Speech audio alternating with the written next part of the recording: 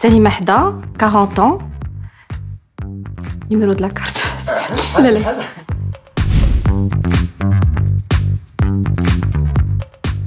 أصلي من رشيدية وليني تزاديت في الرباط وكبرت في مراكش وساكنة في أكادير depuis 10 ans. Issue d'une famille de militaires, coulons médecins militaires. Et j'ai fait donc les classes préparatoires pour ensuite intégrer une grande école de commerce, l'EDEC de Lille, une business school. Donc j'ai un master en finance.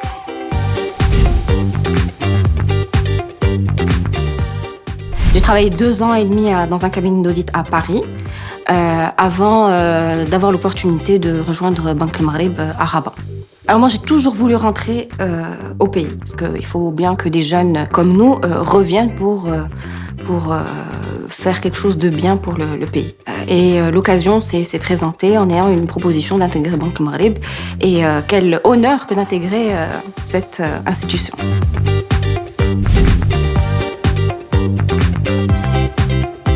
Une journée type, en semaine, quand j'ai le temps, et si je me réveille tôt, je peux faire mon sport avant d'accompagner ma fille à l'école et de rejoindre la banque pour la journée.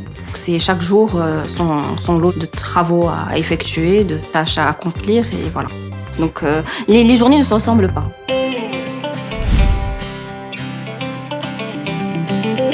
Je ne me suis jamais posé la question d'entreprendre ou de lancer un business. Moi, c'était, je rejoins une institution marocaine reconnue. En école, oui, bien sûr, on nous a transmis beaucoup de savoir dans ce sens et pour cultiver cet esprit que j'ai en fait.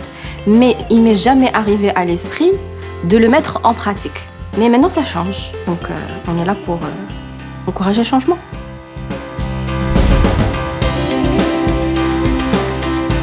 Alors, la Global Money Week, c'est un événement qui est organisé depuis 2012 par Banque El Maghreb via la Fondation marocaine pour l'éducation financière. Et j'ai participé à la première édition en 2012. C'était déjà un honneur pour moi de pouvoir y contribuer et on a continué à le faire jusqu'à aujourd'hui. Donc j'ai fait 9 éditions. Et c'est un événement qu'on attend chaque année avec impatience pour rencontrer les jeunes, leur transmettre un peu de notre savoir qui peut être utile pour leur quotidien.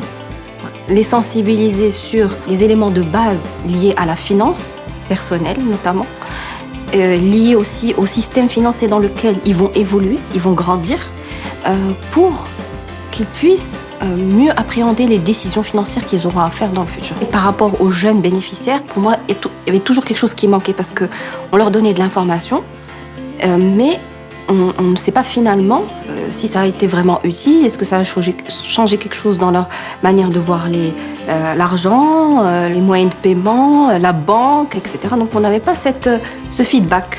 Le Covid est arrivé et là, c'est toute une édition qui a été annulée.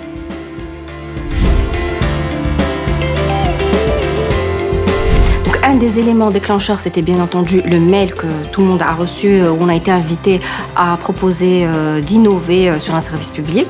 Moi, j'ai tout de suite pensé à l'éducation financière, à cause, entre autres, de la frustration qui est née de l'annulation de la Global Money Week suite au Covid. Et au carton que je voyais tous les jours, des livrets imprimés qui étaient destinés aux jeunes et que finalement, on ne pouvait pas distribuer. Et répondre à ces emails et proposer mon idée a changé beaucoup de choses dans ma vie.